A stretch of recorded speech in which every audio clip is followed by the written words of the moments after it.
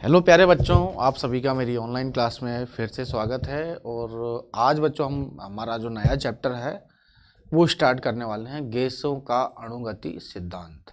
ठीक है, गैसों का अणुगति सिद्धांत।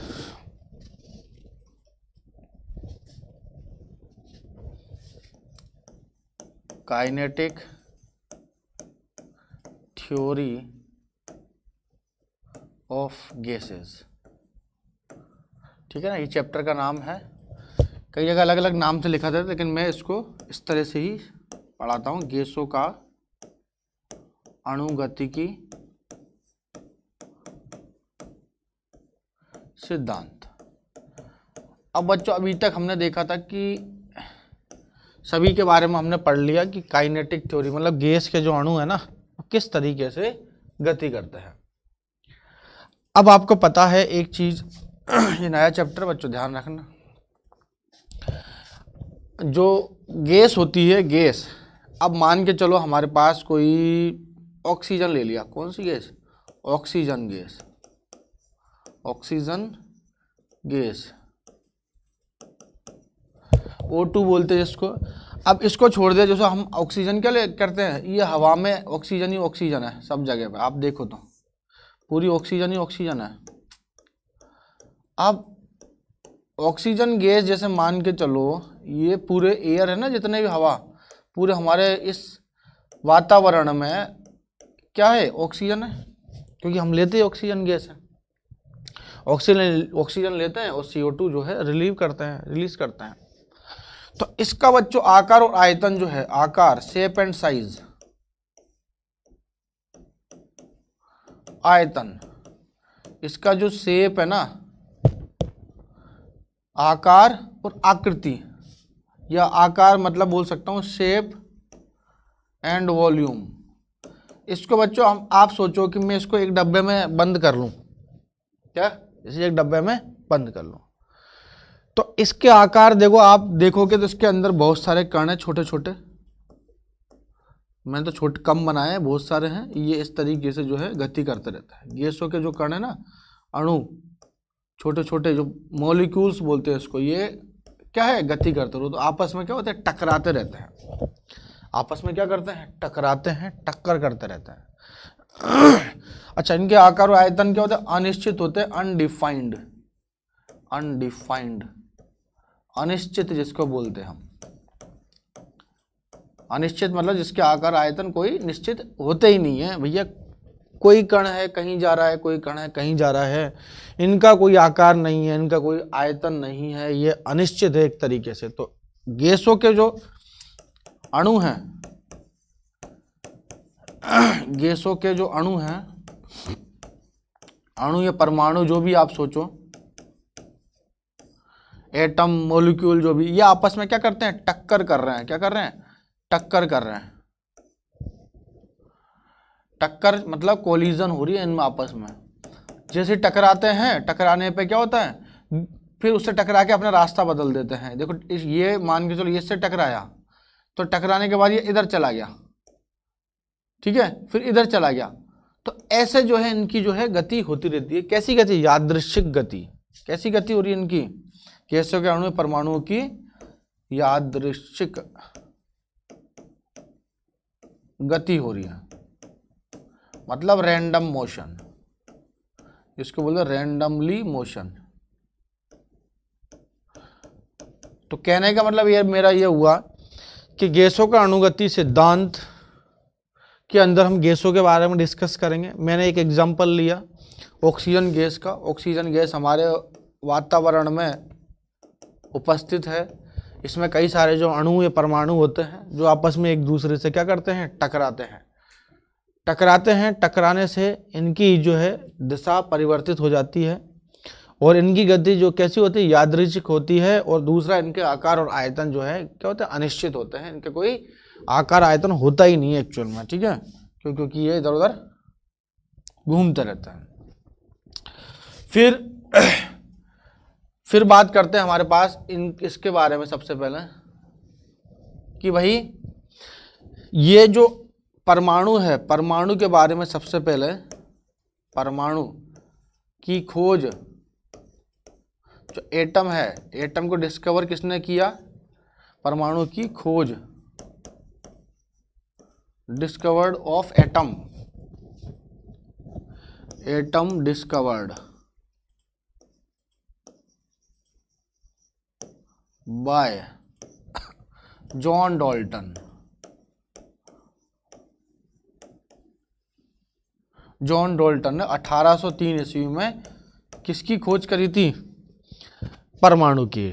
जॉन डाल्टन ने सबसे पहले बताया था। उससे पहले और देखे तो कनाद ऋषि वगैरह थे, उन्होंने पहले ही भविष्यवाणी कर दी थी, क्योंकि भविष्यवाणी में तो हमारे जो इंडिया के लोग बहुत एक्सपर्ट हैं। तो परमाणु की खोज किसने की? जॉन डाल्टन ने। कौन से सन में? 1803 ईस्वी में जॉन डाल्टन ने परमाणु की खोज की। इन्होंने बताया कि जो परमाणु होता है ना, परमाणु या एटम, ये अविभाज्य होता है, अविभाज्य होता है, इसे तोड़ा नहीं जा सकता। दिस इज अनडिविजिबल, अनडिवाइडेबल या अनडिविजिबल, ठीक है, या अनडिवाइडेबल, एक ही बात है। तो इसे तोड़ा नहीं जा सकता। तो परमाणु बना किससे होता है? परमाणु अणु से, किसी वस्तु से जो मॉलिक्यूल्स होते हैं,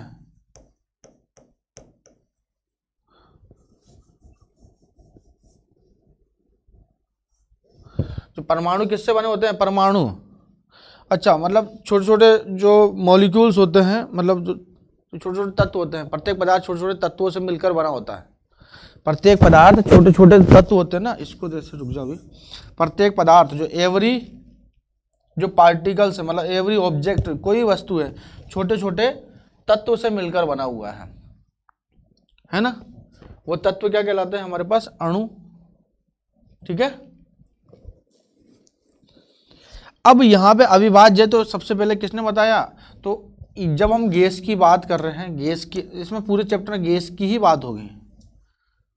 तो गैस के लिए, गैस क्या होते हैं? छोटे छोटे अणु से मिलकर बने होते हैं, अणु या परमाणु, एटम या फिर मॉलिक्यूल से, एटम से मिलकर बना होता है, ठीक है, जो कि कैसी गति करते रहते हैं? रैंडम मोशन, यादृच्छिक गति, यादृच्छिक गति करते रहते हैं भैया, कभी इधर गए कभी उधर गए, गति, इसके बारे में हम पढ़ेंगे। अच्छा, ये आपस में एक, इनके बीच में इंटर एक होता है गैसों के, जो गैस होते हैं ना, जैसे ठोस जो होते हैं, सॉलिड, सॉलिड पदार्थ, सॉलिड सब्सटेंस, मतलब ठोस वस्तुएं, ठोस वस्तुओं के अंदर अंतराण्विक बल होता है, अंतराण्विक बल, इससे बोलते हैं इंटरमोलिक्यूलर फोर्स, इंटरमोलिक्यूलर फोर्स, ठीक है। तो अंतराण्विक बल होते हैं किसके अंदर? सॉलिड के अंदर, ठोस वस्तुओं के अंदर अंतराण्विक बल पाए जाते हैं। अब जब ठोस के अंदर अंतराण्विक बल होते हैं, लेकिन यदि आप गैस के बारे में बात करें तो इसके इसमें अंतराण्विक बल नहीं होते हैं, नहीं होते, मतलब इंटरमोलिक्यूलर फोर्स नहीं होता है इसमें। अच्छा, अंतराण्विक बल क्या होता है? अंतराण्विक बल होता है कि जो ठोस है, ठोस वस्तु, जैसे कोई भी, मान के चलो एक ब्रेड का पैकेट ले लिया हमने, एक ब्रेड ले ली छोटी सी। अब छोटी छोटी ब्रेड है, अब उसके अंदर क्या होता है? आपस में एक दूसरे से जुड़े हुए हैं, उसके जो कण है ना, ब्रेड का हर एक छोटे छोटे पार्ट देखोगे तो आपस में क्या होते हैं? एक दूसरे से जुड़े हुए हैं, जुड़े हैं कि नहीं जुड़े? तो इसने इसको किस वजह से खींच रखा है? अंतराण्विक बल की वजह से। एक इससे बल लग रहा है इन दोनों के बीच में, जिससे ये जुड़े हुए हैं, वरना तो कब के भाग जाए इधर से उधर।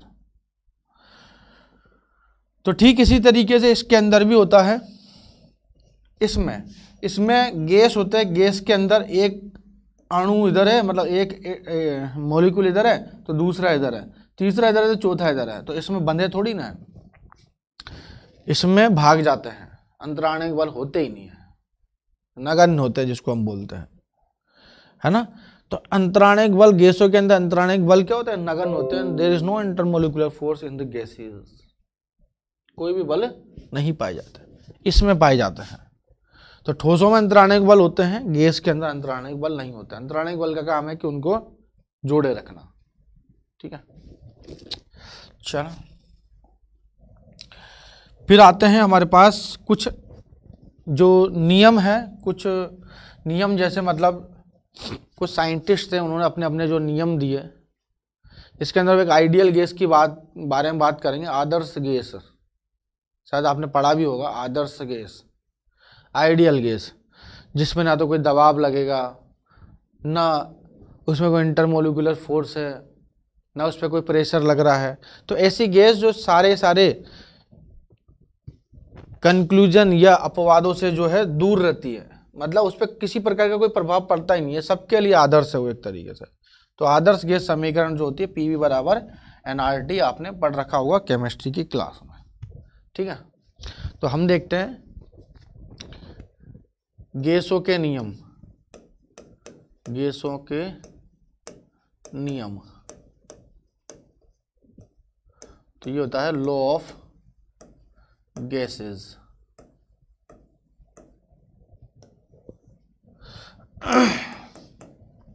क्या ये लॉ ऑफ गैसेस।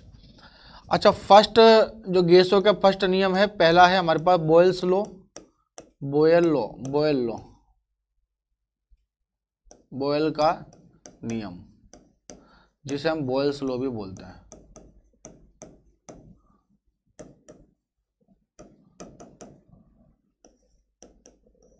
क्या बोलते हैं उसको? बॉयल्स लॉ, बॉयल का नियम। इस नियम के अनुसार इसने बताया कि जो किसी भी गैस के अंदर, अच्छा 3 चीज़ों की हम पूरे उसमें बात करेंगे। एक होता है PV, PVT,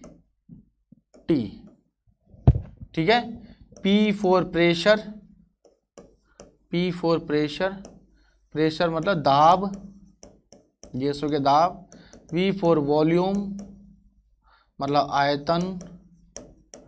T for temperature मतलब तापमान की बात करेंगे। ठीक है, तो ये हो जाएगा PVT। पूरे चैप्टर के अंदर हम दाब, आयतन, ताप, ठीक है, इसी की ही बारे में बात करेंगे। तो बॉयल का नियम क्या था? इस नियम के अनुसार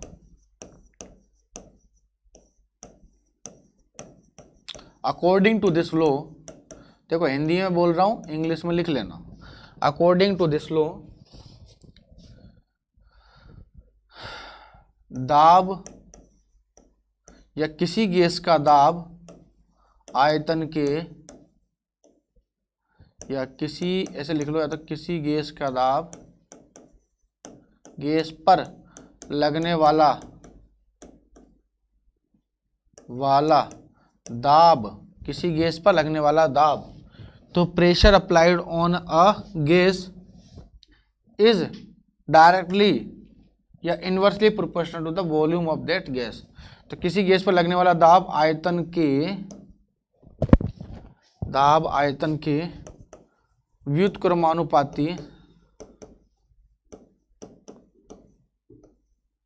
होता है। क्या बोला? कि किसी गैस पर लगने वाला दाब आयतन के क्या होता है? व्युत्क्रमानुपाती होता है। तो दाब मतलब P और ये आयतन मतलब V। तो यही किसने बताया था? बॉयल ने। बॉयल साइंटिस्ट थे, उन्होंने गैस का नियम दिया। तो इन्होंने नियम के अनुसार क्या बोला कि कोई भी गैस पे दाब लग रहा है ना, आप दबा रहे हो, जैसे मान के चलो इसके अंदर आपने क्या भर दिया, पूरे पे ऑक्सीजन गैस लगा दी। अच्छा हाँ, दूसरी कंडीशन व्युत्क्रमानुपाती होता है जब तापमान नियत रहे। कंडीशन क्या होनी चाहिए? तापमान जो है ना, ये क्या कंडीशन ये है कि ये जब भी हो सकता है जब टेम्परेचर कांस्टेंट रहे। तो pressure applied on a gas is inversely proportional to the volume of that gas when temperature is constant, always constant. अच्छा, ये इसमें गैस भरी हुई है, क्या भरी है? गैस। अब यहाँ पे एक पिस्टन लगा हुआ है, आपने क्या होता है, इस पिस्टन को यहाँ से दबाना चालू करा, दबा रहे हो आप इसको, दबा रहे हो तो गैस के अणु और पास पास आएंगे, पिस्टन यहाँ तक आ गया मान के चलो। तो अब देखो आपने दबाते दबाते गैस के अणु बहुत पास पास में आ गए, देखो पहले दूर दूर थे, पहले देखो दूर दूर थे, पहले क्या थे, दूर दूर थे ना, अब क्या है, बहुत ही पास पास आ गए।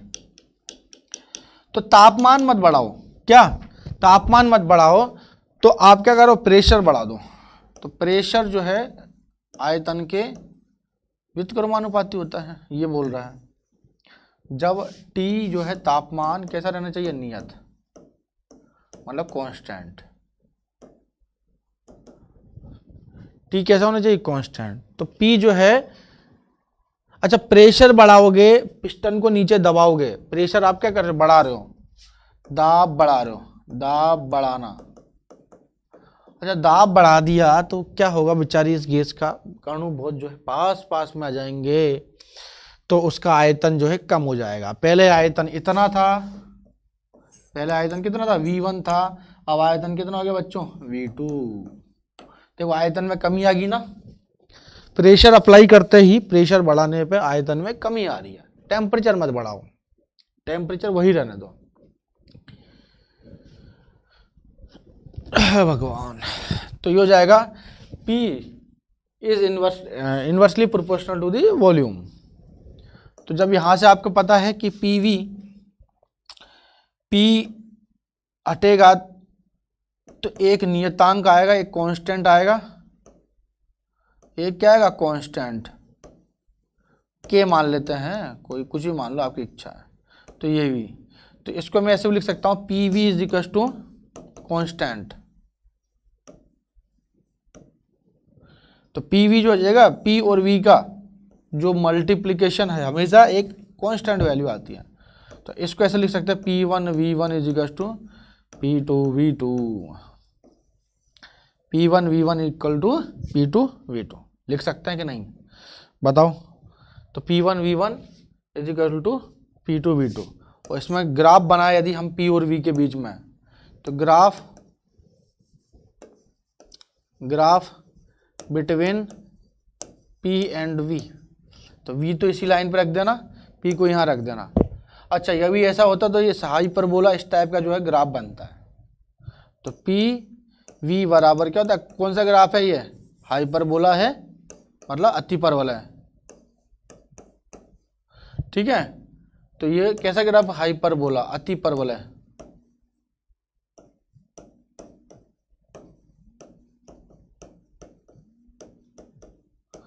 ठीक है ना। तो ये था बच्चों हमारे पास आज का टॉपिक, कल इसे आगे कंटिन्यू रखेंगे। So thank you, good bye, all the best.